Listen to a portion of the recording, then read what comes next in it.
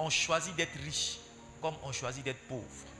Le riche et le pauvre se rencontrent. Proverbe 22, le verset 2. Il dit, c'est l'Éternel qui a fait l'un et l'autre. Dieu a créé tous les hommes égaux. Chacun a choisi le chemin dans lequel il est.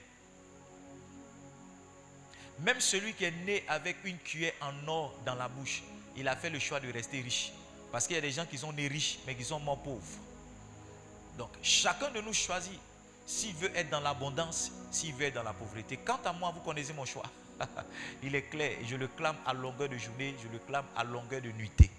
Mon choix est clair. J'ai choisi la richesse et j'ai choisi l'abondance. On choisit la pauvreté par la qualité des décisions qu'on prend. Il y a certaines décisions, si tu les prends, ça va t'amener dans la ruine. Il dit, j'ai passé près du champ d'un homme dépourvu de sens. J'ai regardé attentivement, j'ai tiré instruction, un peu croisé les mains pour dormir, et la pauvreté te surprendra comme un rôdeur, la disette comme un homme en âme. Celui qui a décidé d'être paresseux finira pauvre. Celui qui a décidé de ne pas travailler, de ne pas s'arracher au travail, finira pauvre. Il n'y a rien. La Bible dit que les projets de l'homme diligent ne mènent qu'à l'abondance. Ça veut dire que celui qui décide de travailler finit dans la prospérité. Il dit, tout travail procure l'abondance. Le précieux trésor de l'homme, c'est l'activité. Amen. Donc on choisit d'être pauvre en choisissant de ne rien faire, de vivre au dos des uns et des autres. Alléluia. Alléluia. J'espère que vous comprenez par ce qu'on a dit la dernière fois, que l'un des moyens donc pour avoir la provision, pour avoir l'argent, pour avoir de quoi satisfaire à ses besoins, c'est donc le travail, l'activité. Quelqu'un a compris ça? Voilà. Donc, je vais vous dire qu'il y a 4 voies par lesquelles un homme, établi bibliquement, un homme doit avoir ses ressources. Il y en a d'autres voies, mais qui ne sont pas conseillées par la Bible. La première voie, c'est la voie de l'activité. Amen. C'est pas ça? Le précieux trésor de l'homme, c'est l'activité. Tout travail procure l'abondance. Donc, pour que tu arrives à la provision, tu dois avoir un travail. Ton travail te conduit à l'abondance. La première voie ou la deuxième voie, c'est ce que j'ai la provision surnaturelle. La première voie, l'activité, on appelle ça la provision par l'activité. La provision par le travail. C'est pourquoi quand tu as du travail, tu es content parce que tu sais que désormais tu vas avoir l'argent. La deuxième voie, c'est ce que j'ai appelé la provision divine. Elle vient directement du Seigneur. Alléluia. Vous devez travailler, mais vous devez aussi comprendre que vous pouvez rentrer dans la dimension qui est ce que j'appelle la dimension des oiseaux du ciel. Où la Bible dit que les oiseaux du ciel ne sèment ni ne moissonnent, c'est pas ça, mais Dieu prend soin d'eux. Donc Dieu peut vous faire rentrer dans une grâce qui est telle que lui-même il a décidé de prendre soin de vous sans passer par un homme. La Bible nous cite donc l'histoire de Moïse. La Bible dit que Dieu a soufflé un vent, c'est pas ça? Nombre chapitre 11. Dieu a soufflé un vent et le vent a fait venir la caille. Il a dit à Moïse pour l'eau, frappe le rocher et l'eau est sortie du rocher. Ils ont reçu la manne qui est venue du ciel. Dieu a dit à Élie, va au torrent de Kérit. J'ai ordonné donc à des oiseaux de te nourrir. Les oiseaux lui apportaient du pain et lui apportaient de la viande. D'accord? On travaille certes. Moi j'aime le travail, je suis un homme diligent. Mais mon cœur aussi ouvert à ce que je peux recevoir des ressources qui viennent de Dieu directement et de façon surnaturelle. La Bible dit, Dieu a envoyé, Jésus-Christ a envoyé Pierre pêcher. Et dans la bouche du poisson, il s'est trouvé qu'il y avait une pièce d'argent. N'est-ce pas vrai que le Seigneur, à partir de 5 pains et 2 poissons, a nourri 5000 hommes sans compter les femmes et les enfants? Donc, tu peux recevoir la provision de façon surnaturelle. Maintenant, regarde. La provision surnaturelle vient quelquefois. Elle vient quelquefois. Le moyen que Dieu a établi pour que tu reçoives la provision tout le temps, c'est l'activité. Quelqu'un comprend? Quelqu'un comprend? Yes. La provision surnaturelle, ça vient quelquefois. Ce n'est pas le moyen normal par lequel tu dois vivre. Amen. Dieu peut t'aider parce que tu es devant une urgence. Dieu peut t'aider parce que tu es devant un souci. Mais il ne faut pas établir l'aide que Dieu t'a donnée comme étant le moyen par lequel tu vas vivre. En d'autres termes, si Dieu t'a donné 100 000 aujourd'hui, tu brûles les 100 000, tu dis Dieu est bon, demain encore il va agir. Attends, tu verras, tu seras désagréablement surpris. Alléluia. Donc la deuxième voie par laquelle on reçoit la provision, c'est la provision divine, directement de Dieu. La troisième voie, c'est ce que j'appelle la provision par l'assistance humaine. La provision par quoi?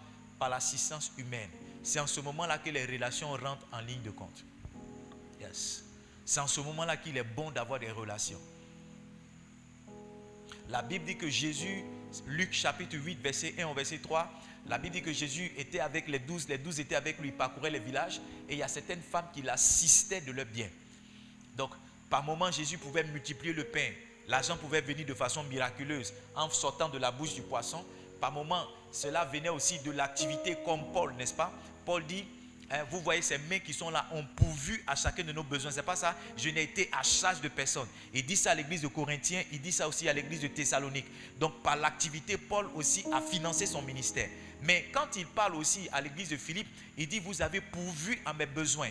Par 2 fois, vous m'avez déjà envoyé de quoi pourvoir à mes besoins. Donc la provision peut venir par les hommes que vous connaissez. La provision peut venir par certaines personnes. À ce niveau-là, il y a 2 choses que vous devez activer. La première chose, c'est la faveur. La première chose, c'est quoi? La faveur. Jacob a dit à son frère, je te fais ce présent-là pour trouver grâce à tes yeux. Pour trouver grâce à tes yeux. Un homme devant qui vous n'avez pas trouvé faveur ne vous donnera rien. Parce que ce n'est pas votre problème qui amène les gens à vous donner l'argent. Ou ce n'est pas votre problème qui amène les gens à vous assister. Mais c'est la grâce, la faveur que vous avez trouvée à leurs yeux. C'est pourquoi vous devez être intentionnel pour provoquer la faveur. J'ai encore trouvé un autre passage dans le livre de Genèse qui atteste vraiment mon message sur la faveur. Allons-y ensemble dans le livre de Genèse. Genèse chapitre 30. Genèse chapitre 32. Dans Genèse chapitre 33. Genèse chapitre 33, le verset 8. C'est ça le verset 8. Genèse chapitre 33, verset 8. Il dit, à qui destines-tu tout ce camp que j'ai rencontré? Jacob dit, à trouver grâce aux yeux de mon Seigneur. Yes. Donc Jacob, avant de rencontrer son frère Isaïe, dès qu'il avait pris la bénédiction, il a pensé que son frère était toujours fâché après lui. Donc il en fait partie un cadeau de 550 têtes de bêtes. De 550 bêtes. Et il dit, ce cadeau que je t'ai fait, c'est pour trouver grâce à tes yeux. Yes. On provoque la faveur. On active la faveur. La deuxième voie par laquelle tu peux recevoir l'assistance d'un homme, il faut aller écouter le message, il est sur YouTube, c'est d'apporter une contribution dans la vie de cette personne. Yes. Celui dans la vie de qui tu ne fais rien, tu recevras rarement quelque chose de lui. Voici là où les hommes de Dieu sont bénis. Et voici là où certaines personnes ne comprennent pas pourquoi une femme peut donner une voiture à un pasteur. Une femme l'a fait sur les réseaux sociaux, c'est devenu toute autre chose. Yes. Elle essaie la contribution de cet homme-là dans sa vie. Elle a essayé de décrire, mais les gens ne voient pas parce que quelquefois, on ne peut pas quantifier ce qu'un pasteur fait pour toi. On ne peut pas quantifier ce qu'un pasteur fait pour toi. Mais toi, tu sais l'apport, la contribution qu'il a apporté à ta vie. Quand tu étais seul quelquefois, quand il n'y avait personne pour croire en toi, quand il n'y avait personne pour prier pour toi, quand quelquefois même tu étais galère, que ton problème, ce n'était pas ni prière, ni démon, que c'était l'argent, que cet homme-là t'a apporté 1000 francs. Après, quand tu es béni, tu te souviens de lui. Tu te souviens de lui. Je prie que Dieu me donne mes fils qui ne m'oublient pas au nom de Jésus-Christ de Nazareth. Alors la 4e voie maintenant bibliquement établie, qui est conseillée par Dieu, par laquelle vous pouvez recevoir la provision, c'est ce que j'appelais la provision par la sagesse. Et c'est mon thème de ce soir. La provision par la sagesse. La provision par quoi? Alors le but de mon message, c'est de vous enseigner 3 lois très importantes. La loi de la dépense, la loi de l'épargne et la loi de l'investissement. Je me suis rendu compte que pour beaucoup de personnes, ce n'est pas gagner de l'argent qui est le problème. C'est la gestion de l'argent qui est le souci. Yes. Il y a des gens qui gagnent des millions, mais avant le 15 du mois, ils sont endettés. Il y a des gens qui gagnent des centaines de mille, mais avant la fin du mois, ils ont des problèmes. La dernière entreprise dans laquelle j'ai travaillé, celui qui avait le plus gros salaire, à partir du 10, il venait nous emprunter chaque 2 jours 10 000 chacun. À partir du 10, vous savez, celui qui gagnait plus d'argent que nous venait nous demander crédit. Comment ça se fait que toi, tu as plus d'argent? C'est toi qui dois prêter ton argent aux autres. Mais comment ça se fait que chaque fois tu te retrouves dans le besoin? Yes. Je vais vous expliquer ça. Que beaucoup de personnes manquent la provision parce qu'elles ne savent pas garder, elles ne savent pas gérer leur argent. Peut-être que tu ne sais pas. Mais dans tout ce que Dieu te donne, il y a une partie pour demain. Et l'histoire de Joseph en Genèse chapitre 41 nous le montre.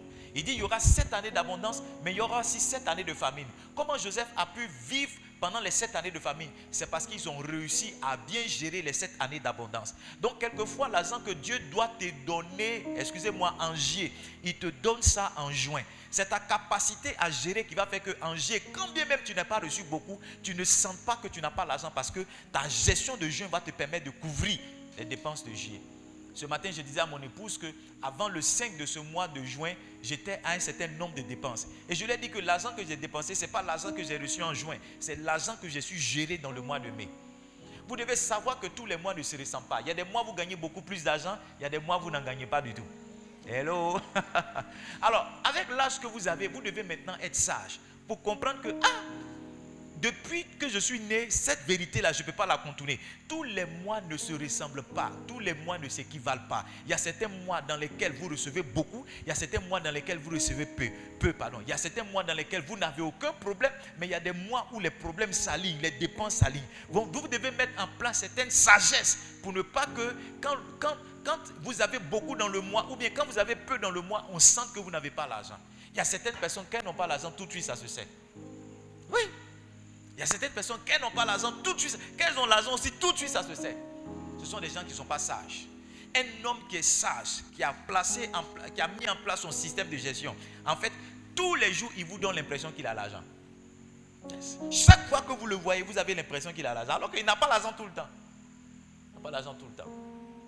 Alors, quelle sagesse vous pouvez développer très rapidement? Il y a 3 vérités que je veux partager avec vous avant qu'on ne continue. La première vérité, c'est que Dieu n'aime pas le gaspillage.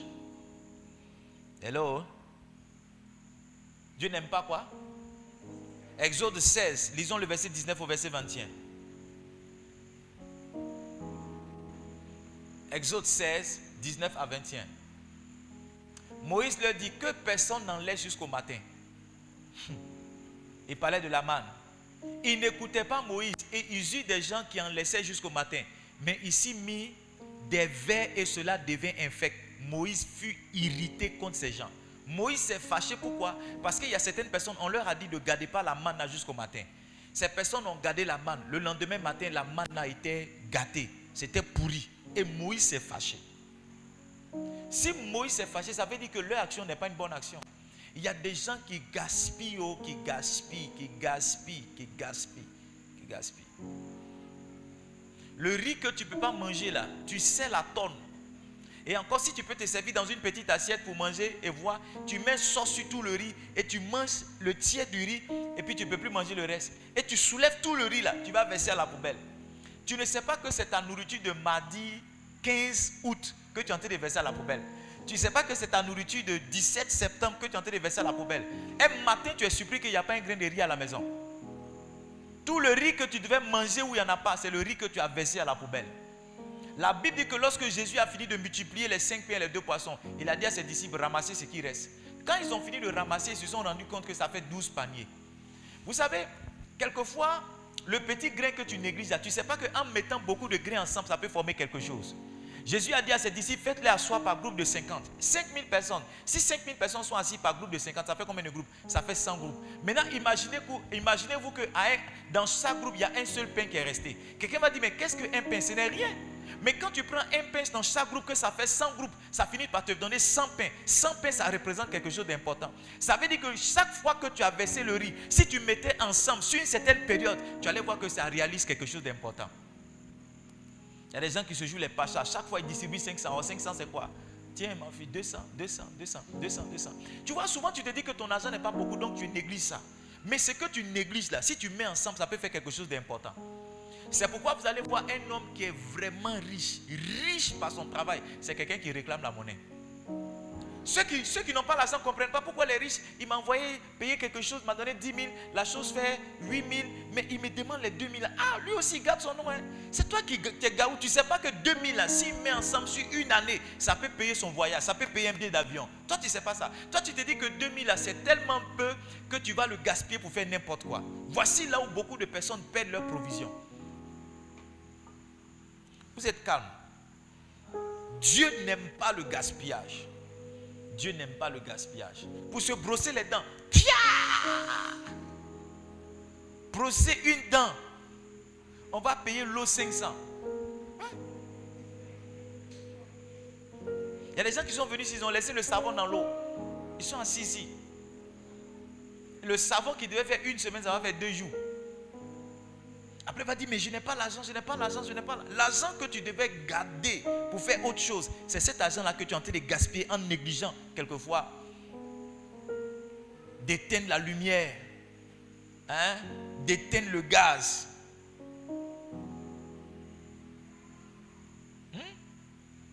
Tu prends un morceau de pain que tu ne peux pas finir de manger. Tu mets dans le café ou bien tu mets l'huile dedans. Après, personne ne veut manger, tu vas le jeter. Aide-moi à dire à ton voisin, Dieu n'aime pas le gaspillage. Tu gaspilles lorsque tu n'utilises pas ce que tu as acheté. Tu es dans le gaspillage lorsque tu n'utilises pas ce que... Il y a des gens qui achètent des choses qu'ils n'utilisent pas. Quand tu dois acheter une chose, tu dois te poser la question, quelle est l'utilité? Est-ce que je vais utiliser ça?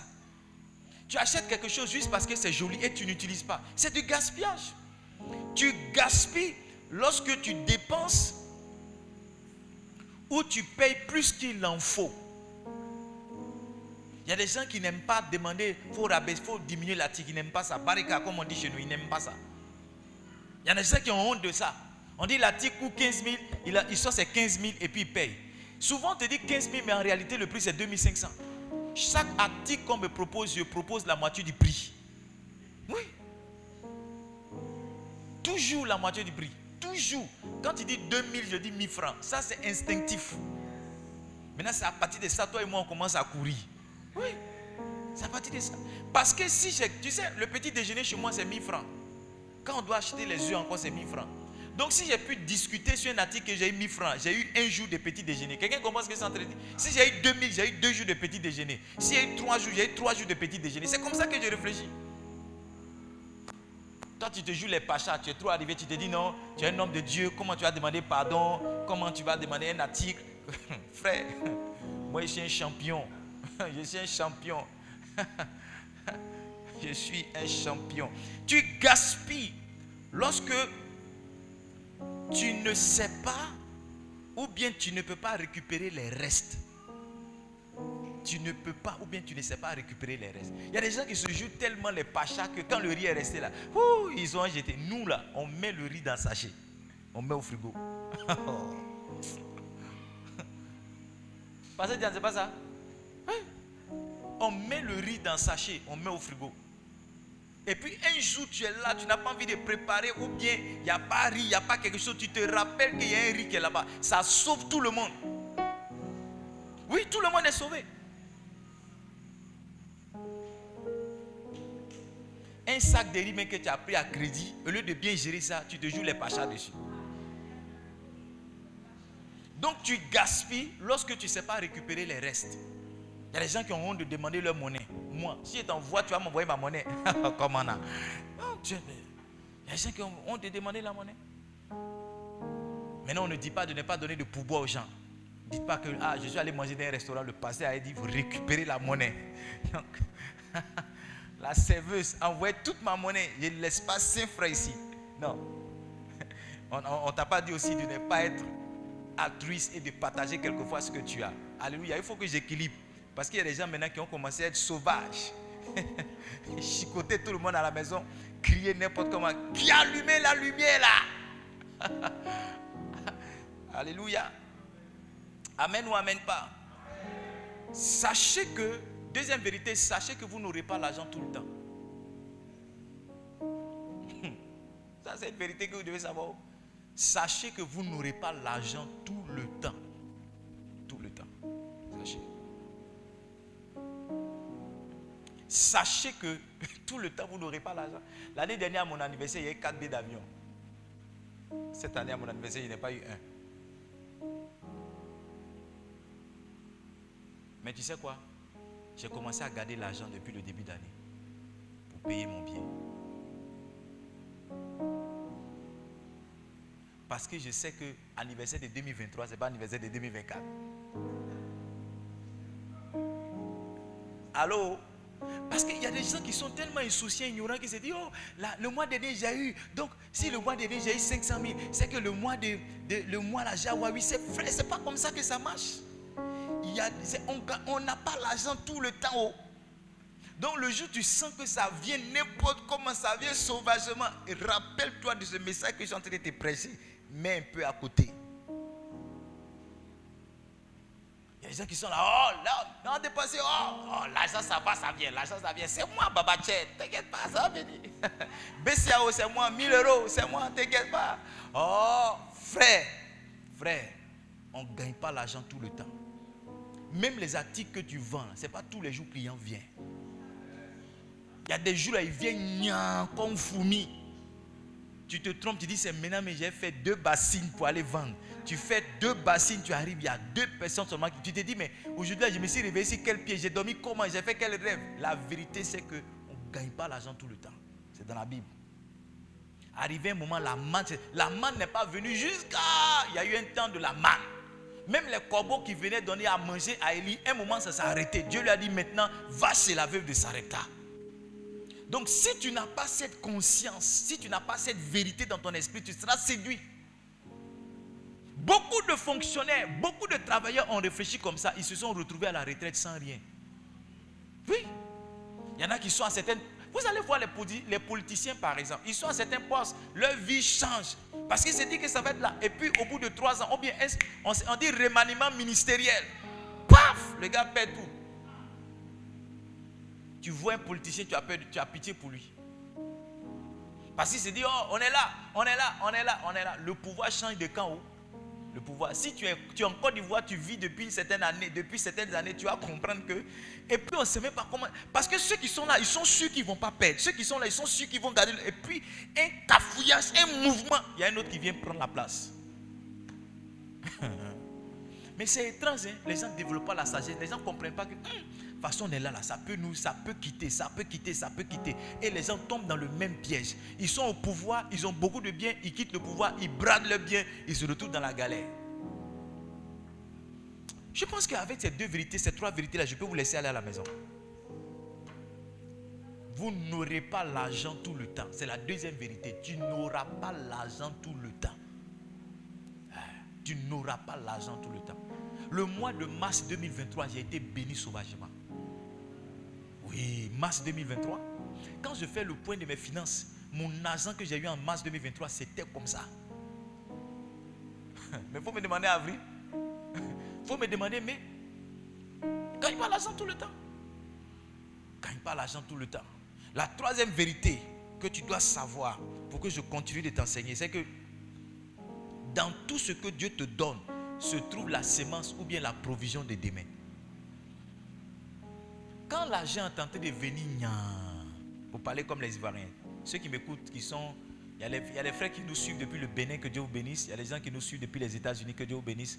Donc je dois faire l'effort de m'adresser aussi à vous. Que Dieu vous bénisse alors que vous nous suivez. Donc quand vous sentez que l'argent vient en abondance dans une saison, sachez que dans cette abondance-là se trouve l'argent d'une autre saison, pendant laquelle Dieu ne va pas se manifester. Dieu a envoyé pendant 7 ans ce qu'il devait envoyer sur 14 ans. Est-ce que vous me suivez? Dieu a envoyé sur 7 ans en Égypte ce qu'il devait envoyer sur 14 ans. C'est la sagesse que Joseph a eue qui a fait que pendant les 7 ans où il n'y avait rien, c'était la sécheresse là, ils n'ont pas pu mourir de faim. Beaucoup de personnes se trouvent dans la faim parce qu'au moment où Dieu est en train de leur donner les choses à profusion, ils ne réalisent pas qu'il faut mettre quelque chose de côté. Ils ne réalisent pas que mon mari, ma femme, faisons attention à ce qui vient.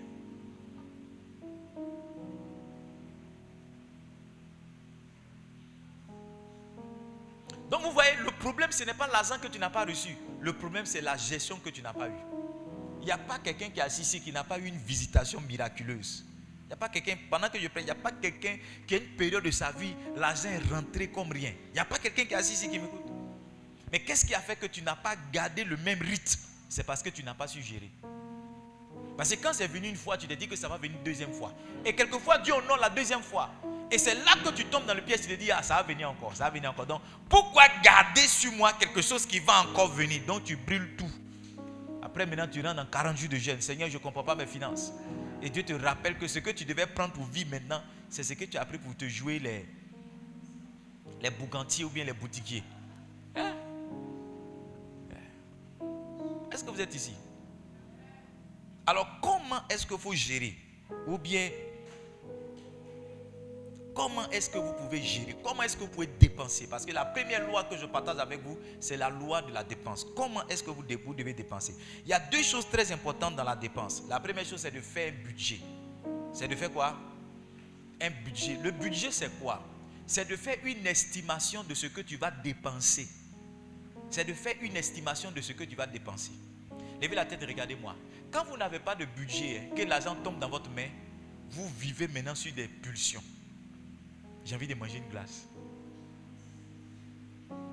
Tu as mis un 10 000 sous ton lit là. Mais depuis que 10 000 est là, tu penses à la glace, tu penses à la glace, tu penses à la glace. Le jour où tu vas manger une glace, tu vois un gâteau, un bon cake là, fraise comme tu aimes. Toi tu n'aimes pas, ta faiblesse c'est la fraise. Et quand tu es en train de payer la glace, tu vois, tu dis bon je vais prendre un gâteau avec une glace. Et puis ils ont leur jus là. Tu n'aimes pas la couleur, toi la couleur orange ça te fascine. Donc tu dis non je vais prendre un gâteau, un cake. Au moment où tu vas te rendre compte, ton argent est fini. Tu vas venir voir le pasteur pour dire pasteur ma main est percée. Chaque fois que je gagne l'argent, je ne sais pas où mon argent rentre, mon argent se perd. Ton argent ne se perd pas, tu n'as pas de budget. Ton argent ne se perd pas, tu n'as pas de budget. Le budget c'est quoi? C'est l'idée de dépense que tu as avant que l'argent même ne rentre. Si mon argent vient, voici ce que je vais faire. Tu écris ça. Et quand l'argent vient, tu te donnes cette discipline de faire exactement ce que tu as dit que tu feras. Étrangement, il y a des gens, lorsqu'ils n'ont rien, c'est en ce moment-là qu'ils ont des grands projets. Quand l'argent vient, maintenant, ils veulent vivre. Ah papa, j'ai un projet là, vraiment, je cherche un financement. Et puis 2 millions, 3 millions tombent dans son compte. Il dit, bon, ok, mon projet. Bon, ça, c'est pas urgent. Les 3 autres millions qui vont venir là, ça fait ça que j'ai fait le projet. Et il commence à vivre. Il vit, il prend 10 000 dedans, il prend 10 000, il prend 10 000, il prend 10 000, il prend 10 000, il prend 10 000, il prend 10 000, il prend 10 000. Quand ça arrive à 1 million, il dit bon, à partir de 500 000, j'ai investi. Il prend. Ça arrive à 400 000, il dit bon, quand ça sera 300 000, j'ai investi. Il prend, il dit bon, quand ça reste 50 000, j'ai investi. Jusqu'à ce qu'il se rende compte, il n'y a plus rien. Chaque fin de mois, on fait un budget pour ce qu'on doit dépenser pour le mois dans cette église. Pour ne pas que lorsqu'on reçoit les offrandes et les dîmes, on puisse faire n'importe quoi. Et qu'à la fin du mois, on puisse se retrouver encore dans le besoin. Donc, Delphine et moi, on s'assoit, faisons un budget. Pour ce mois de juin, il y a un budget.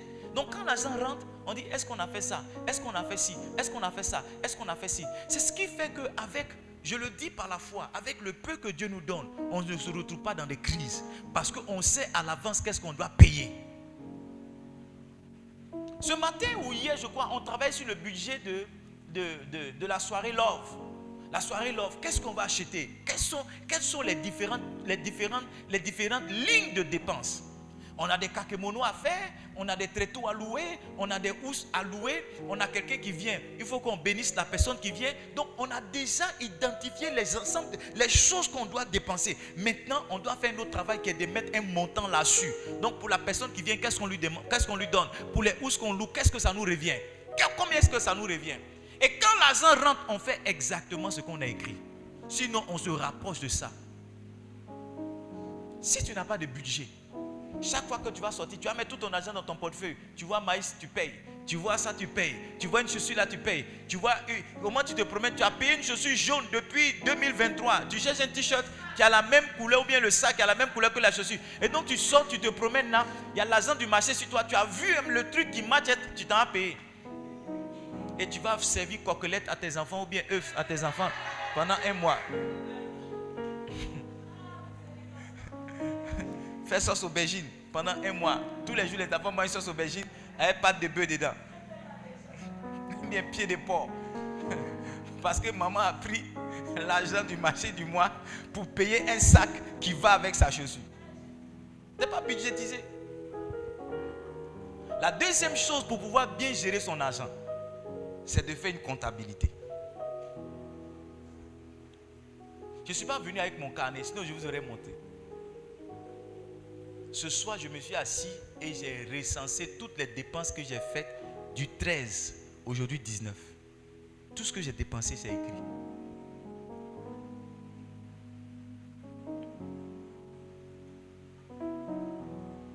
Est-ce que j'ai donné un verset pour le budget? Allons-y ensemble. Luc 14, verset 28 au verset 30. Luc 14, 28 à 30. Luc 14, 28 à 30. On a ça? Je lis alors.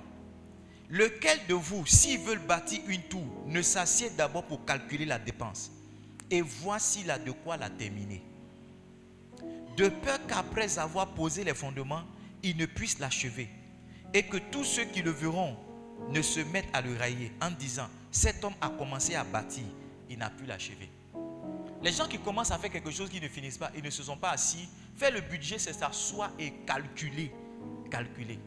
Au départ, on voulait faire notre soirée love à l'hôtel. Vous êtes d'accord avec moi, non? C'est ce qu'on a annoncé. Sauf que quand on est retourné à l'hôtel, on nous a dit que la location de la salle, ce qu'on faisait à l'époque à 100 000, on pensait prendre ça à 120 000. On dit la location de la salle, ça fait 250 000. Et chaque personne pour manger doit payer 15 000. Alors qu'on vous a demandé d'apporter une contribution de 10 000, c'est pas ça? Mais c'est dans vos 10 000 là qu'on va louer la salle. C'est dans vos 10 000 là que vous allez manger. Qui va payer manger pour vous? Donc quand on s'assoit, qu'on calcule, on se rend compte que si on vous prend 10 000, on ne peut pas faire ça. Ma fille et moi, on va se retrouver dans les dettes. Est-ce que vous comprenez? On ne se lance pas comme ça pour dire non, venez, on s'en va à l'hôtel. On s'assoit, on fait des calculs. Est-ce que si on dit à chacun de porter, envoyer 10 000 là, est-ce que ça peut couvrir la charge? Si ça couvre la charge, on s'en va. Si ça ne peut pas, on retourne à l'église. Il y a quelle honte dedans? Parce qu'il y a beaucoup de personnes, pour ne pas avoir honte, se retrouvent dans des ennuis. Il y a quelle honte? Moi, j'ai quelle honte? Papa, tu as dit à l'hôtel, non, oui, on va revenir à l'église. Parce que le budget qu'on a là, ça ne peut pas gérer l'hôtel. Si Dieu nous fait grâce on monte encore financièrement, on va aller à l'hôtel. Mais pour l'instant, restons à l'église. Toi, tu ne t'assois pas pour calculer. Tu dis, allons-y. Tu vas seulement et tu dépenses. Tu prends l'argent de ton team, des gens, tu dépenses. Tu prends l'argent de ta maman, tu dépenses. Tu prends l'argent de scolarité de ton fils, tu dépenses. Parce que tu n'as pas. Donc tu avances seulement. Au fur et à mesure que tu avances, qu'il y a des dépenses, comme il y a l'argent des gens sur toi, tu dépenses. Et puis arrivé un moment, tu te retrouves, tu as acculé ici. Tu as pris l'argent ici. Maintenant, tu ne dors pas. Tu fais gymnastique. Tu prends un crédit ici. Tu viens rembourser un crédit. Tu prends un autre crédit ici. Tu vas rembourser un autre crédit. Et tu commences à maigrir.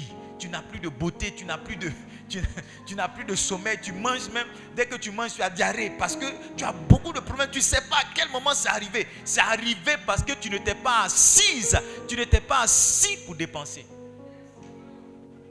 Yes. Ma femme fait quelque chose depuis des années et ça me touche. Ma femme sait exactement, elle a une feuille pour son marché tous les vendredis. Ma femme fait marché de semaine. Elle a une feuille, c'est écrit en rouge.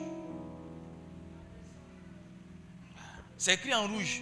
Donc, elle doit payer oignons. Maintenant, suivez-moi. Le jour où l'argent de semaine, le semaine que je dois lui donner n'est pas arrivé là, elle s'assoit maintenant, elle va regarder qu'est-ce qu'elle va couper, qu'est-ce qu'elle va réduire. Et puis elle s'en va. Quand elle a fini de faire ce calcul-là, qu'elle s'en va. Toi, tu ne calcules pas. Tu te dis, oh, tu es trop forte. Tu arrives là-bas maintenant. Tu ne sais pas si tu dois payer tomate 800, payer des porcs 200. Et on te donne l'argent pour faire le marché. Tu reviens à un petit sachet comme ça. Tu dis, non, le marché est cher. Le marché est cher, c'est vrai. Mais est-ce que toi-même, tu as bien calculé pour aller au marché? Parce que le marché est cher là. Depuis nos mamans sont là, le marché est cher. Il n'y a pas une femme qui est quittée au marché qui est venue dire que le marché n'est pas cher. Le marché est cher. Mais est-ce que toi-même tu sais calculer? Parce que la même somme d'argent, suivez-moi, la même somme d'argent là, si on donne ça à une autre femme, elle va faire la magie. Toi, tu ne sais pas calculer. Souvent, tu paies des choses inutiles. Ou bien tu ne sais pas aller voir qui propose tu es venu, on dit premier tas de tomates, 2 tomates à 1000 francs, tu prends. Alors que devant, il y a 4 tomates à 500. Tu dis, vraiment, tu as déjà payé tomates, tu arrives là-bas maintenant, c'est devant toi, il y a les vrais tomates, tu ne peux pas les renverser là-bas. Est-ce que vous me suivez? Beaucoup de problèmes, beaucoup de personnes ne calculent pas. Tu ne t'assois pas pour calculer. Regardez par exemple. Est-ce que vous savez que c'est maintenant, si vous avez des enfants, c'est maintenant que vous devez vous asseoir pour faire le budget de la scolarité qui vient. C'est maintenant là. Quand on a fini de donner les résultats, tu as eu, tu n'as pas eu, tu dois t'asseoir. Dans tous les cas, il doit continuer à aller à l'école l'année prochaine. Oui, il doit continuer à aller à l'école l'année prochaine. Donc, tu dois t'asseoir pour dire, la rentrée là, ça va me coûter combien? Lui là, il s'en va en 6e. Son bleu blanc, son kaki, tu dois écrire tout ça. Tu ne vas pas faire. Maintenant, quand la rentrée va venir, ils vont dire, lui là va venir. Ah maman, on dit de payer ça. Ah papa, on dit de payer ça. On dit de payer ça. Et puis tu vas voir qu'à la fin, tu ne vas rien faire pour tes enfants. Les enfants vont commencer l'école difficilement. La fin qui compte, mais le départ est très important. Comment un enfant commence à rentrer là, ça définit comment il va finir. Est-ce que vous êtes ici? Est-ce que vous êtes ici? Personne ne calcule. Ta fille a eu le bac. Oh, elle a eu le bac. Est-ce que tu as commencé à calculer ce que tu as payé à l'université là-bas? Parce que quand tu commences à calculer, mais tu ne sautes pas bien comme les autres. Quand tu as déjà eu ce que tu dois payer là, quand tout le monde dit oh là, toi, tu as une manière de crier. Tu es contente, mais tu sais ce qui t'attend. Mais quand tu n'as pas calculé, tu sautes. Maintenant, au moment où tu redescends sur tête, tu dis ah, vraiment. L'affaire aussi, ce n'est pas facile. Yes. Deuxième chose que tu dois faire, c'est de faire la comptabilité. Luc chapitre 16, verset 1 au verset 2. La comptabilité, c'est quoi? C'est de noter, analyser toutes les dépenses que tu as faites. Noter, analyser toutes les dépenses que tu as faites. On a eu maintenant un compteur à 4 et on bénit Dieu pour cela. On a chargé première semaine. Deuxième semaine, on a chargé. Et j'ai essayé d'avoir, c'est-à-dire, on a consommé l'électricité sans se mettre de pression.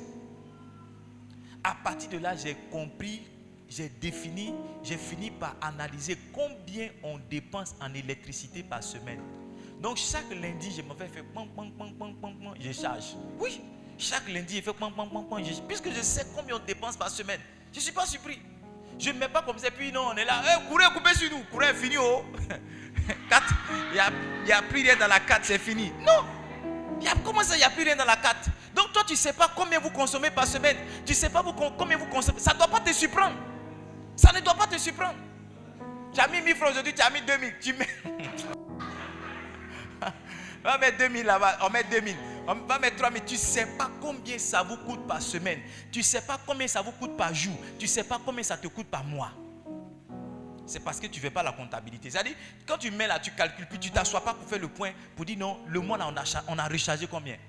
Toi, tu mets les 1000 francs, les 2000. Quand tu as... Non, tu dois t'asseoir. Si tu notes, tu vas voir que chaque mois, voici ce qu'on dépense dans l'eau. Voici ce qu'on dépense dans l'électricité. Voici ce qu'on dépense dans la nourriture. Voici ce qu'on dépense dans le transport. Voici ce qu'on dépense dans le petit déjeuner. Voici ce qu'on dépense en aidant les autres. Voici ce qu'on dépense dans les offrandes. Voici ce qu'on dépense dans les dîmes. Et quand tu as fini cette comptabilité-là, maintenant, tu peux te projeter. Pour dire, ah, si chaque mois, je dépense 20 000 francs en électricité, donc je dois m'arranger à ce que j'ai les 20 000 francs d'électricité. Quand l'argent vient là, tu ne te presses pas pour dépenser n'importe comment. Tu sais qu'il y a 20 000 francs d'électricité que tu dois enlever dedans. Ceux qui ne font pas leur comptabilité, c'est ceux qui reviennent dire non, leurs mains sont percées. Je crois que les démons agissent. Mais je crois qu'il y a beaucoup de cas, c'est l'insouciance des gens, le manque de sagesse des gens qui font qu'après ne savent pas où leur argent est rentré. Si tu notais ce que tu dépensais, tu allais voir que ton argent va dans les bières. Oui.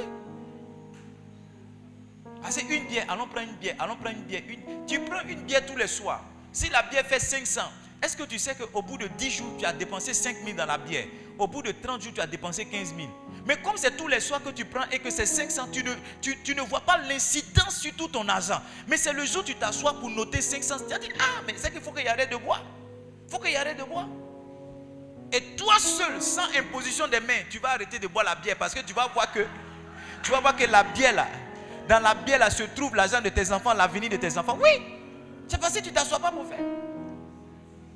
Les petites folies, tu t'en vas ici, tu te couches ici, oh, tu es là, tu prends les yango, tu prends les trucs. Bon, j'ai rien contre yango, mais tu prends les VTC, tu prends des ans. Assieds-toi pour calculer. Quand tu as fini de calculer, tu as dit, on dirait que je suis un insensé. On dirait que je suis une femme insensée. Il faut que je fasse attention. Est-ce que vous êtes ici? Yes. Notez vos dépenses. Notez aussi vos recettes. Moi, si tu m'as donné 5 francs, j'ai écrit ton nom dans mon cahier. Oui. Tu m'as donné 5 francs, j'ai écrit ton nom. Puis lui, elle m'a donné 10 000 à telle période. Lui m'a donné 5 000 à telle période. Et je sais dans quelle période de l'année je reçois beaucoup, dans quelle période aussi je ne reçois pas beaucoup. Donc, dans les périodes où je reçois beaucoup, là, puisque j'ai fait ça sur 1 an, sur 2 ans, je sais que dans telle période-là, je reçois beaucoup. Dans les périodes où je reçois beaucoup, j'essaie de faire une épargne pour que dans les périodes où je ne reçois pas beaucoup, là, l'épargne que j'ai mis à côté puisse couvrir ça. Il y a des mois où je dépense beaucoup, comme le mois de juin. Oui, le mois de juin, il y a mon anniversaire, il y a l'anniversaire de mon épouse, il y a l'anniversaire de mon fils. Et le 9 juillet, il y a l'anniversaire de mon garçon. Ça veut dire en 30 jours, j'ai 4 anniversaires que je dois célébrer. Je commence depuis janvier à mettre un peu d'argent de côté pour que quand la période arrive là, je me joue les Pères Noël sans souffrir. Parce qu'il y a des parents, ça les surprend toujours. Ah, c'est son anniversaire. Oh, vraiment, c'est pas grave, l'année prochaine, on va faire une fête. On va payer poulet. Tiens, 2000 va payer poulet. L'enfant a grandi dans ça jusqu'à il a eu 25 ans. Est-ce que vous êtes ici? Ce que j'ai dit là, ça vous intéresse? Est-ce que ça vous bénit? Moi, si vous me voyez là, vous aurez l'impression qu'il y a toujours l'argent. Alors qu'il y a des jours là. Même mon épouse ne me comprend pas. Parce que ça, je suis un magicien. Pour moi, c'est rentrer dans la magie maintenant. C'est rentrer dans la magie. Parce que j'ai étudié ça. J'ai étudié ça. Même avec mon épouse, elle est là. Mais j'ai étudié que beaucoup de femmes, comme beaucoup d'enfants, il y a toujours deuxième mi-temps. C'est-à-dire, quand tu lui as donné, là, elle va venir dire que ce n'est pas beaucoup. Donc, il faut donner toujours la moitié. Pour que quand elle revienne dire que ce n'est pas beaucoup, là, tu donnes l'autre moitié là. Parce que si tu lui donnes tout là, que tu n'as plus rien, elle va revenir, elle va dire, ah, mais ce que tu as donné, ça n'a pas suffi. Et puis tu as dit, mais comment ça, tu vas te fâcher. Alors que si tu vois que chaque fois elle dit que ça n'a pas suffi, tu lui donnes un peu, tu gardes le reste. Quand elle revient, tu dis, ah, comment ça n'a pas suffi, et puis tu lui donnes. Elle va dire, chérie, tu es trop forte. J'essaie de vous libérer mes secrets. Elle va dire, tu es trop fort. Toi, toujours ta femme dit que ça n'a pas suffi, mais tu n'as pas encore pris de dispositions par rapport à ça. C'est pourquoi toujours il y a palabre dans le foyer. Parce que quand elle s'en va, elle vient, elle dit que ça n'a pas suffi. Toi, tu te fâches. Elle aussi, elle se fâche. Parce qu'elle a raison, elle dit que ça n'a pas suffi. Donne-lui un peu, garde le reste. Quand elle revient, elle dit que ça n'a pas suffi. Là, même chose là, tu as déjà prévu ça. Tu lui donnes ça. Deuxième mi-temps. Moi, avant ma femme, quand elle partait au marché, elle dit, quand elle lui donne l'argent du marché, elle dit, je dois acheter ça, je dois acheter ça, je dois acheter ça. J'ai dit, ok. Quand elle lui donne l'argent du marché, elle dit, tiens, ça c'est l'argent du marché. Et ça là, tout ce que tu dois acheter là, tiens. Elle est toujours contente. Et donc il n'y a plus palabre. Elle dit non. Elle dit tiens, ça c'est l'argent du marché. Maintenant, ce que n'est pas prévu, tout ce que tu dis après, tu dis après, tu dis après. Souvent, elle s'en va, elle arrive au portail. Elle dit, mais je dois acheter ça. Elle dit tiens, tout ce que tu dois acheter, voici son argent. Son argent. Maintenant, il y a des périodes où ce qu'elle doit acheter là, il y en a à la maison. Donc, je sens qu'elle s'épanouit dedans. Mais il y a des périodes où il n'y en a pas, où elle souffre. C'est des périodes là même, quand elle revient du marché, elle est fâchée parce que ce sur quoi elle comptait. Les gars, si vous ne pouvez pas vivre comme ça sans réfléchir et prendre des décisions. Analysez les choses. Analysez les choses.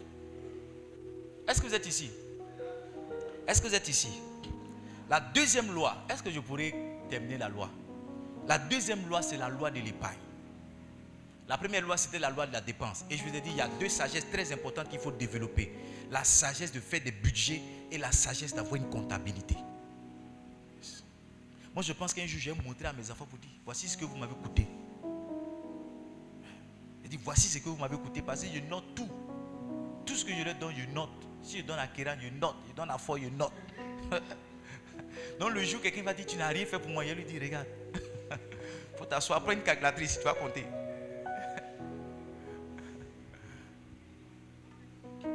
Voyez-vous, certaines personnes, j'ai dit ça quelque part, les gars disent, ah, vieux là. Donc lui, il écrit tout quoi.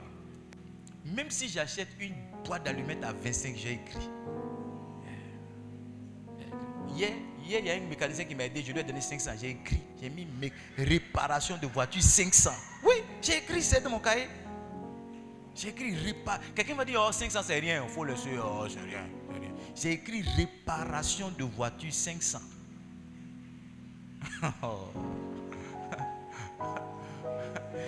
Donc le jour où tu me raquettes, il faut savoir que ton nom est dans mon cahier. Hello. On garde l'argent pour... C'était une opportunité, le piano était neuf. Et il partait brader ça quelque part. Mon ami a dit, non, tu dois saisir l'opportunité. J'avais gardé l'argent, c'est pourquoi j'ai saisi l'opportunité. Deuxièmement, on épargne pour faire face à des cas de force majeure, à des moments de sécheresse, à des moments de difficulté, à des imprévus. Maman, écoute-moi, ce soir-là, tu peux tomber, quelque chose va se passer.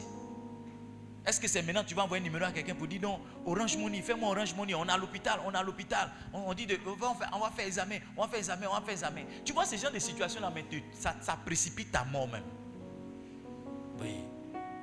Quand quelqu'un est malade et puis il n'a pas l'argent, il meurt vite par rapport à quelqu'un qui est malade et puis il y a l'argent. Je vous dis la vérité. Ces situations-là, on prie tous pour que ça n'arrive pas. Mais le jour où ça arrive, est-ce que tu as pris des dispositions pour ça? Ce n'est pas un manque de foi, c'est de la sagesse. Tu as des enfants à bas âge, tu n'as pas l'argent sur toi. Tu as des enfants qui ne peuvent pas dire qu'ils ont mal à la tête, tu n'as pas l'argent sur toi. Non, tu es en danger. Tu dois avoir une caisse quelque part dans la chambre où on ne touche pas. Le jour où quelque chose se passe, tu mets marteau dans la caisse, tu prends tout l'argent, tu cours avec ton enfant. Avant que tu ne reçoives l'aide de l'extérieur, tu auras fait quelque chose pour ton propre enfant. Ton enfant ne mourra pas dans tes mains pour dire, oh, je suis là, je suis à l'église, ils n'ont pas mes frères. Non! Toi-même, quelle disposition tu as prise? Ta femme est enceinte et son accouchement va te surprendre. Mais tu es insensé. Elle est enceinte. À 2 mois, elle est venue te dire qu'elle est enceinte. 7 mois, tu dois mettre l'argent de côté. Pour que si c'est opération ou bien si c'est par voie basse, quel que soit alpha, tu es serein. Parce qu'un monsieur qui transpire quand sa femme va, c'est un monsieur qui n'a rien. Le reste là, Dieu va faire. Mais est-ce que toi, tu as pris les dispositions? Est-ce que tu as pris les dispositions? Tu as envoyé les messages. Est-ce qu'on était là quand tu enceintais la fille, la soeur? Est-ce qu'on t'a aidé à l'enceinte? Maintenant, pourquoi pour que l'enfant accouche, on doit t'aider? Pour que la femme accouche, on doit t'aider. Est-ce que quelqu'un comprend ce que je suis en train de dire? La troisième raison pour laquelle on épargne. Première raison, c'était quoi? Deuxième raison, c'était quoi? La troisième raison pour laquelle on épargne, c'est que l'argent attire l'argent. La Bible dit, à celui qui a, on donnera et il sera dans l'abondance. À celui qui n'a rien, on retirera même ce qu'il a. Les gars, levez la tête et regardez-moi. Gardez toujours un billet de 10 000 sur vous. Vous allez voir qu'avant que le billet ne meure, il y a un autre billet qui vient. Moi, je ne sais pas comment je vais vous expliquer, c'est la Bible. Mais moi, j'ai constaté ça sur des années. Que quand il y a l'argent chez toi, l'argent vient. Mais quand tu dépenses tout jusqu'à tu vas racler la dernière pièce là, pour que l'argent vienne encore, il faut que tu intercèdes. Si? Pourquoi est-ce que certaines personnes arrivent à épargner et que d'autres n'arrivent pas à épargner? Voici le secret qu'elle a. Il y a des gens qui ont des caisses chez eux, l'argent est dedans. Avant même il va vouloir toucher la caisse, il y a un miracle d'argent qui vient. La Bible dit, on donnera à celui qui a. Celui qui a attire davantage et celui qui n'a pas n'attire rien. Même quand vous allez à la banque, on donne crédit à qui? On donne crédit à quelqu'un qui a l'argent. On ne donne pas crédit à quelqu'un qui a un bon projet. On ne donne pas crédit à quelqu'un. On donne crédit à quelqu'un qui a l'argent. Quand tu viens demander crédit là, on regarde ton compte, il y a combien dedans? On épargne pour saisir des opportunités. On épargne pour faire face à des imprévus. On épargne aussi pour gagner davantage. L'argent appelle l'argent. Yes. Comment est-ce que tu peux parvenir à épargner? Comment est-ce que tu peux arriver à épargner? On va lire Genèse chapitre 41, 33 à 36. Genèse 41, 33 à 36. Maintenant que Pharaon choisisse un homme intelligent et sage. Voyez-vous, si vous n'êtes pas intelligent financièrement, si vous n'êtes pas sage financièrement, vous ne pouvez pas épargner. Joseph a dit, la personne que tu dois choisir, ça doit être un homme qui est intelligent. Ça doit être un homme qui est sage. Qu'est-ce qu'il va faire? Il dit qu'il le mette à la tête du pays. Que Pharaon établisse des commissaires sur le pays pour lever 1/5 des récoltes de l'Égypte pendant les 7 années d'abondance. Qu'il rassemble tous les produits de ces bonnes années qui vont venir. Qu'il fasse sous l'autorité de Pharaon des amas de blé, des approvisionnements dans les villes et qu'il aide la garde. Ces provisions, on a tenté de parler de provisions. Il dit ces provisions seront en réserve pour le pays. Donc il y a certaines provisions qui arrivent parce que tu sais mettre de l'argent de côté. Parce que quand tu es dans l'abondance, tu peux mettre quelque chose de côté. Comment est-ce que tu mets quelque chose de côté? La première chose qu'il faut faire, définir la période sur laquelle tu veux épargner. Est-ce que tu veux épargner sur 1 an? Est-ce que tu veux épargner sur 2 ans? est-ce que tu veux épargner sur 3 ans? Définis ça. Avant cela même, définis ce pourquoi tu veux épargner. Si la raison pour laquelle tu veux épargner n'est pas suffisamment claire, tu ne pourras pas maintenir ton épargne jusqu'à la fin. Par exemple, tu peux vouloir épargner pour acheter un terrain. Ça veut dire qu'aussi longtemps que tu n'as pas acheté ton terrain, tu ne toucheras pas ton épargne. Par exemple, tu peux vouloir épargner pour faire face peut-être à tes anniversaires, comme moi, tu as anniversaire en juin, donc tu gardes l'argent. Ou bien tu peux vouloir épargner pour acheter un billet d'avion. Si la raison n'est pas claire, tu vas dépenser l'argent inutilement. Quand l'argent va devenir beaucoup, tu vas dire, oh, j'ai beaucoup épargné, laisse-moi y goûter. Comme ma fille. Ma fille a épargné, elle a épargné, elle dit elle va y casser sa caisse. J'ai dit c'est pourquoi? Elle dit elle veut voir son argent. Elle veut voir combien elle a gardé. Il y a des gens qui sont comme ça. Ça commence à les brûler parce que quand elle casse la caisse, elle prend une autre caisse, mais elle ne met pas tout l'argent dedans, elle garde un peu. Vous riez parce que vous êtes beaucoup à faire comme ma fille. Elle garde un peu. Tu dois savoir pourquoi est-ce que tu épargnes. Deuxièmement, tu dois savoir la période pendant laquelle tu vas épargner. Troisièmement, tu dois savoir le montant que tu veux épargner. Joseph a dit, on va épargner 1/5. 1/5, c'est 20%. Si 20% c'est beaucoup, tu peux commencer avec 10%. Maintenant, sur moi, l'épargne, ce n'est pas l'argent qui reste lorsque tu as fini de tout dépenser. L'épargne, là, c'est l'argent que tu décides de mettre de côté sans toucher malgré les problèmes. Quelqu'un comprend ce que je suis en train de dire? C'est pas non, j'ai calculé, c'est qu'il reste. Non, quand tu as fini d'enlever ta dîme, ce qui vient là, c'est l'épargne. Ça, je ne touche pas. Donc, même si tu n'as rien à manger, tu vas en brousse pour prendre les baobabs sauvages là pour manger. Tu ne touches pas ça parce que ça, c'est ton épargne. Oui, ça, c'est ton épargne. Maintenant, une autre sagesse, tu dois tenir l'épargne loin de toi. Il ne faut pas épargner l'argent, tu mets dans une caisse qui est au chevet de ton lit. Chaque fois que tu es dormi, tu vois l'argent. Non, l'argent a une voix. L'argent appelle les gens. Tu n'as pas remarqué que quand tu as l'argent, tu ne dors pas? Si, quand tu as beaucoup d'argent, tu ne dors pas. Oh? Tu as insomnie. Tant que l'argent n'est pas fini, tu ne vas pas dormir. C'est toi qui veux aller à Abidjan. Dès que tu es un peu fatigué, tu dis, oh, je suis fatigué. Tu as préparé quoi même? Sauce aubergine. Oh, alors on va manger poulet. tu es venu d'Abidjan, tu as fait toutes les courses. Hein? Tu es fatigué, mais tu sens encore, tu te laves, tu vas manger. C'est parce que tu as l'argent sur toi. Quand tu vas manger poulet, tu dis, oh, le coin est bon. Allons-y dans un autre coin, on va manger un peu de glace. Tu manges glace, tu arrives à la maison à 1h du matin. 3h du matin, tu es déjà debout. Parce que tu as l'argent. Tu dis, allons-y au port. Allons-y au port. Allons-y au port. Tu es où là? 4h, tu es sur la route. Tu vas faire toute la journée dans les courses. Tu n'es pas fatigué. Tant que l'argent n'est pas fini. C'est pourquoi il faut garder l'argent loin de toi. Si tu ne peux pas faire un compte bloqué, il faut faire un compte épargne sur lequel tu n'as pas de carte magnétique. Ou bien tu as un compte chèque où tu ne vas pas. Ou bien tu mets ça dans une banque. Ou pour aller à la banque, c'est compliqué. Ta banque peut être Abidjan. Quand tu regardes la distance que tu as, tu dis, ah vraiment, yo, donne-moi 5 000 là. tu prends 5 000 avec quelqu'un le temps que ton problème. Mais tu ne vas pas. Parce que tu ne vas pas à la banque pour prendre 5 000. Tu as dit non, 5 000 ne te ressemble pas. Alors que ton problème, c'est un problème de 5 000. Donc quand tu vas partir à la banque, tu as dit, donnez-moi 50 000. Alors que ton réel problème, c'est 5 000. Et avant même que tu n'arrives à la maison, tu vas brûler tous les 45 000 francs qui restent. Est-ce que vous comprenez est-ce que ce que je dis là, c'est utile? C'est utile. Je vous assure, mes enfants, vous allez voir que vous tous qui êtes là, vous gagnez beaucoup d'argent. Votre problème, c'est parce que vous ne savez pas épargner. Votre problème, c'est parce que vous ne savez pas gérer. Un jour, j'ai dit à un homme de Dieu, les revenus de l'église, il était choqué. Il dit, comment tu fais? C'est mon secret qui est là. Mon secret. J'ai dit à un des prestataires, j'ai dit, une bonne affaire pour l'église, c'est où je paye moins pour l'église. Il ne faut pas venir chercher bénéfice à nous. Voilà. Moi, je ne suis pas un client. Moi, je suis un cas social. Maintenant, prends mon nom. Tu vas aller. Si je lui ai dit une bonne affaire pour l'église, c'est où je paye moins. Donc, il ne faut pas venir chercher les bénéfices avec moi. Si tu me dis, papa, le kakemono fait 35 000, je te dis, est-ce qu'on ne peut pas avoir ça à 25 000? Si on avait l'argent, on allait dépenser. Mais on n'en a pas. Donc, on doit voir comment gérer, comment rentrer dedans. Est-ce que vous êtes là? Est-ce que vous êtes là? Troisième clé pour pouvoir épargner. Dernière clé pour pouvoir épargner. Ramasser et garder. Faites quoi? Tu peux avoir une caisse où tu mets les différents. Mon frère, un jour ça va te sauver. Oh. Tu peux avoir une caisse où tu mets. C'est-à-dire quand tu reviens comme ça, les pièces que tu trouves inutiles, toi sans, tu n'aimes pas quand jetons restent sur toi. Prends les jetons, la mets dans la pièce. Un jour, prends les jetons, la mets dans la caisse. Un jour, tu vas dire merci aux jetons là. Tu vas dire merci aux jetons. Parce qu'il y a certaines galères, quand ça te prend, tu payes des choses avec les pièces rouges. Moi, j'ai payé le transport de Jacquesville, de Carrefour Jacquesville à Dabou, avec des pièces de 25. J'ai négocié 300. Et les 300 là, c'était 25, 25, 25, 25. Et l'argent était dans mon sac. Parce que où je suis allé prêcher là, ils ne se sont pas occupés de moi. Quand j'ai donné l'apprenti, il a compris pourquoi. Je lui ai dit 300 au lieu de 500.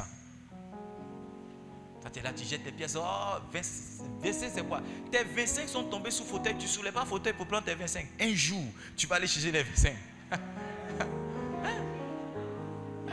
Ton argent est tombé. Tu dis, oh, c'est pas grave, c'est 100 francs. Ta fille veut t'aider à retrouver les 100 francs. Tu dis, laisse, c'est pas grave, c'est 100 francs. 100 francs là, tu sais pas. 100 francs, ça peut payer pain sucré pour vous. Un soir où il n'y a rien à manger. 100 francs, ça peut payer huile. Vous allez mettre ça sur du pain pour manger. Il y a des gens qui me regardent pour dire, on dirait le pasteur, il exagère. Frère, je n'exagère pas, c'est comme ça il vit. Rien ne se perd chez nous. On rate tout pour garder. Ma femme a su sa coiffeuse. Elle a une caisse comme ça. Elle a une petite boîte comme ça. Il y a des jetons dedans. Combien de fois la boîte là ne nous a pas sauvés? Parce que Diane, combien de fois ça ne nous a pas sauvés? Quand on ramasse, parce qu'il y a des pièces, il y a des monnaies d'autres pays, donc on verse comme ça et puis on choisit 25. On commence d'abord par les pièces noires. Quand les pièces noires sont finies, on choisit les pièces rouges, les plus grosses. Combien de fois ça ne nous a pas sauvés? Toi tu dis non, tu n'aimes pas les pièces rouges, tu jettes. Tu fais comme ça. Ou bien quand tu vois les enfants, oh les enfants les enfants. Tu vas à l'école du dimanche, tu partages les pièces là-bas parce que tu ne veux pas que ça reste sur toi, frère. Commence à garder les pièces rouges. Tu ne sais pas. Aide-moi à dire à quelqu'un, tu ne sais pas. Faut ramasser pour garder. Il ne faut pas ramasser pour jeter. Ramasse pour garder. Je t'assure que si tu avais gardé ces petites monnaies là, je t'assure que ça aurait pu faire la fondation de ta maison. Mais ça aurait pu avancer peut-être l'argent de ton terrain. Tout l'argent que j'ai mis dans la couche, j'ai calculé, ça peut acheter un terrain. Tous mes enfants qui sont nés là, la période où j'ai acheté les couches là, quand je calcule tout ce que j'ai acheté, ça peut m'acheter un terrain. Je vais vous parler de la loi de l'investissement, mais on va parler de ça dimanche. Quelqu'un là? Quelqu'un a compris quelque chose? Est-ce que vous avez compris quelque chose? Votre provision là, votre provision, votre argent de demain, ça se trouve dans ce que vous avez aujourd'hui. Dieu ne vous donnera pas toujours en vous donnant qui quitte au ciel, en répondant à votre prière. Quelquefois, vous devez apprendre à gérer. En fait, apprenez à gérer pendant que vous demandez à Dieu. Si ça tarde là, c'est que vous avez gardé, vous allez prendre. Mais ne dites pas, oh, j'ai trop. Actuellement, c'est moi et moi. Ça mousse. Les mêmes artistes qui moussent là, c'est les mêmes artistes pour lesquels on cotise quand ils sont malades. Est-ce que vous êtes en Côte d'Ivoire ici? C'est les mêmes gars pour qui on cotise. Parce qu'au moment où ça vient là, ils ne mettent pas l'argent de côté. Ils n'investissent pas pour multiplier ce qu'ils reçoivent. Je parlerai de ça dimanche. Ils n'investissent pas pour multiplier ce qu'ils reçoivent. Ils n'investissent pas pour que l'argent devienne encore beaucoup. Ils vivent avec ça. Il y a un artiste, je vais taire son nom. Il était petit de taille comme ça. Il faisait les sketchs en Côte d'Ivoire. Quand on était à Boaké, je l'ai vu une fois. Il est descendu d'un taxi. Il avait 2 femmes. Grande de taille, 3 fois plus grandes que lui. Quelqu'un a crié son nom. Il a dit ouais. Et puis derrière chez nous, là, il y avait un maquis célèbre. Quand tu arrives à Boaké, si tu n'as pas mangé dans le maquis, c'est que tu n'es pas arrivé à Boaké. Le gars est rentré dans le maquis. Des années plus tard, le gars est tombé malade. Le même gars là, ils étaient en train de cotiser pour lui. Suivez-moi, j'ai fait 3 ans sans travailler. De août 2012 jusqu'en septembre 2015, j'ai fait 3 ans, je n'ai pas travaillé. Mais en 3 ans, j'étais dans cette maison. J'ai vécu avec ma famille. Seigneur n'est pas venu enlever le compteur sur nous. Saudécy n'est pas venu enlever le compteur sur nous. Beaucoup même pensaient que j'avais caché de l'argent quelque part. Beaucoup pensaient que ce qu'on disait c'était vrai parce que les gens s'attendaient à quel moment il va commencer à être mendiant. À quel moment est-ce qu'il va commencer à vendre ceci? À quel moment? J'ai fait mes petits placements. La dernière somme d'argent qu'on est parti prendre, c'est dans une société d'assurance. J'avais fait une assurance pour mon épouse, une assurance retraite. Par la grâce de Dieu, on a pris pratiquement de 2 millions. On a vécu ça jusqu'à... C'est quand en août, il me restait 100 000 francs sur le compte de mon fils que j'étais ma femme. Vraiment, si Dieu ne m'a pas fait grâce pour trouver un travail en septembre, ce n'est pas bon pour nous. Mais on a vécu 3 ans. Je pose la question à quelqu'un, si ton travail se gâte cette nuit-là, pendant combien de temps tu peux vivre? Il y a beaucoup de personnes, si son travail est gâté cette nuit, demain il va au village. Parce que le loyer même n'a pas encore payé. Non, le loyer, mais il n'a pas encore payé. Donc, il ne va pas rester un mois en plus. Le lendemain, il va au village. Il va dire, on dit qu'est-ce qui se passe? Il va dire, mais du monde là. En hébreu, ça veut dire mon travail est gâté. Hein? Mais du monde là, mon travail est gâté. Les sorciers sont sur moi. Les sorciers sont sur moi. Mon travail est gâté. Il va se retrouver au village et il sera la risée. Il y a beaucoup de personnes qui s'attendaient à me voir Jamé Bézévi qui ne m'ont pas vu. Aujourd'hui, qui ont beaucoup de respect pour moi. Parce qu'ils se sont dit, comment est-ce qu'il a fait? Par quoi est-ce qu'il est passé? Écoutez, je ne suis pas devenu pasteur le lendemain de mes soucis. Oh. Non. J'ai fait 3 ans. 3 ans sans travail, je dormais tranquille. Mon épouse est là. Ça n'a pas changé le train de vie de mes enfants. On n'a pas changé d'école. Je suis couché, tranquille. On a un besoin, on va. Les gens nous aidaient, c'est vrai. Les parents, les amis nous aidaient. Mais on avait un fonds à partir duquel on pouvait compléter l'aide qu'on recevait. Toi, ce soir-là, si tu tombes, est-ce que tes enfants vont manger pendant un mois? Si tu tombes ce soir, est-ce que ta famille va rester dans la maison pendant 1 semaine? Si tu tombes ce soir, regardez combien de fois les enfants sont malheureux. Tu as des enfants qui sont en train de grandir, tu n'as pas pensé, tu penses que... Écoute-moi, ce n'est pas tous les enfants qui enterrent les parents, il y a des parents qui enterrent les enfants. Rien ne dit que tu vas vivre jusqu'à 80 ans. Donc si tu as commencé à travailler, que tu as 30 ans, mets 10 000 francs de côté. Aujourd'hui, si tu es tombé, on va aller fouiller quelque part, on va trouver 10 000, tes enfants vont manger pendant 2 jours. Mais ne meurs pas en laissant tes enfants sans rien, dans les difficultés, dans les challenges. Vous qui êtes jeunes qui m'écoutez, vous aussi vous allez grandir. Ne pensez pas que je suis en train de parler aux parents et vous n'êtes pas concernés par le message. Ne pensez pas. J'ai envie d'appuyer, mais de toute façon vous êtes calme, j'ai l'impression que je suis en train de vous accuser. Que Dieu vous bénisse. Le peu que vous avez entendu là, commencez à faire. Le reste va venir. Quelqu'un veut poser une question? Quelqu'un veut poser une question? Vous avez compris? Qui me fait la promesse que les 6 prochains mois qui arrivent, il va avoir une épargne conséquence? Je vais prier pour toi. Viens, je vais prier pour toi. Je vais prier, je vais te donner une grâce pour que d'ici décembre 2024, tu aies quelque chose sur ton compte. Yes. Tu aies quelque chose sur ton compte. Si tu n'as pas compte en banque, viens, je vais prier pour toi. Il faut que tu aies une épargne. Yes. Le dimanche peut-être, je vais vous montrer une vidéo de ma fille, Adoka. Elle a cotisé.